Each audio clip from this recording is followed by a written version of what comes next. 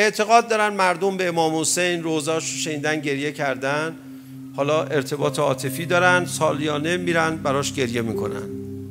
یعنی واقعا شما میخوای نذر کرده مامانت که همینقدر سطحی نگاه کنی؟ آدم عادی معمولی نگاه بکنه، آدم برای هیچ قصه‌ای بیشتر از 5 سال گریه نمیکنه، حتی اگر عزیزترین کسانش جلو چشمش تیکه تیکه شده باشه. شما با امام حسین نشست و برخاستی نداشتین، دریافت مستقیمی نداشتین. چرا هر سال اشکت تموم نمیشه؟ یه دونه پدیده مشابه دیگه تو عالم نشون بده. چرا همه دنبال چیز جدید هستن در همه جا، در اکثر موارد، اما روضه ابا عبدالله الحسین تکراری؟ این محبت شما معجزه نیست؟ محبت شما معجزه نیست؟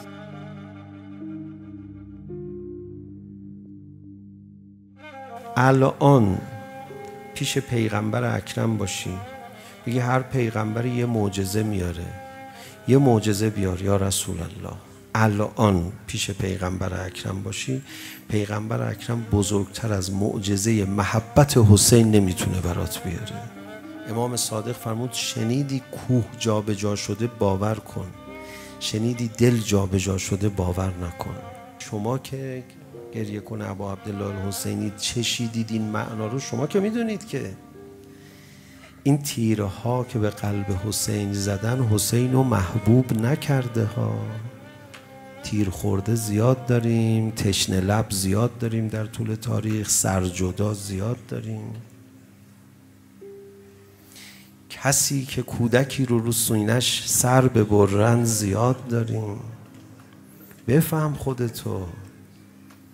سجده شکر بعد از زیارت عاشورا داری، بعد روزه هم داشته باش، تا خونه میری سجده شکرت همینجوری وجودت باشه.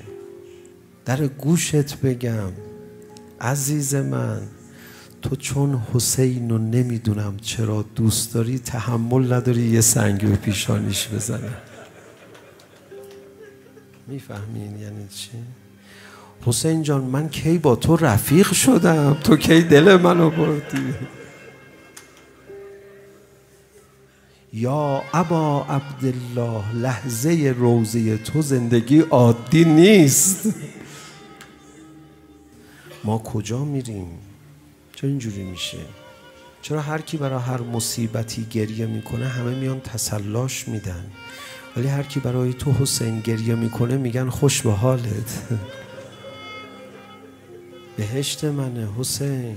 همین الان که دارید گریه میکنید دارید بهشت رو تجربه میکنید. نگید ما معجزه ندیدیم، ما زمان پیغمبر نبودیم و الا ایمانمون محکم میشد. اصلا این عادی نیست، برای هیچ کس نمیتونه اینجوری گریه کنیم. مادرها هم برای بچه ها خودشونو همون سال اول فقط میزنن. یه عمر داری خودتو میزنی برای حسین. یا ابا عبدالله مجلس روضه تو کجاست؟ ما رو میبری توی جهان دیگری.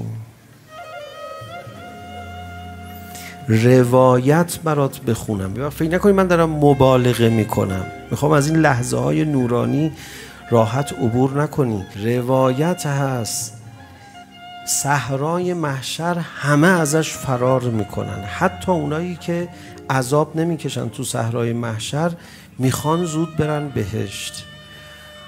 فقط گریه کنای حسین اونجا یه گوشه صحرای محشر حسین رو پیدا میکنن، دورش جمع میشن. روایت نوشته ملائک میان یکی یکی اینا رو بکشونن ببرن بهشت، میگن ما نمیایم،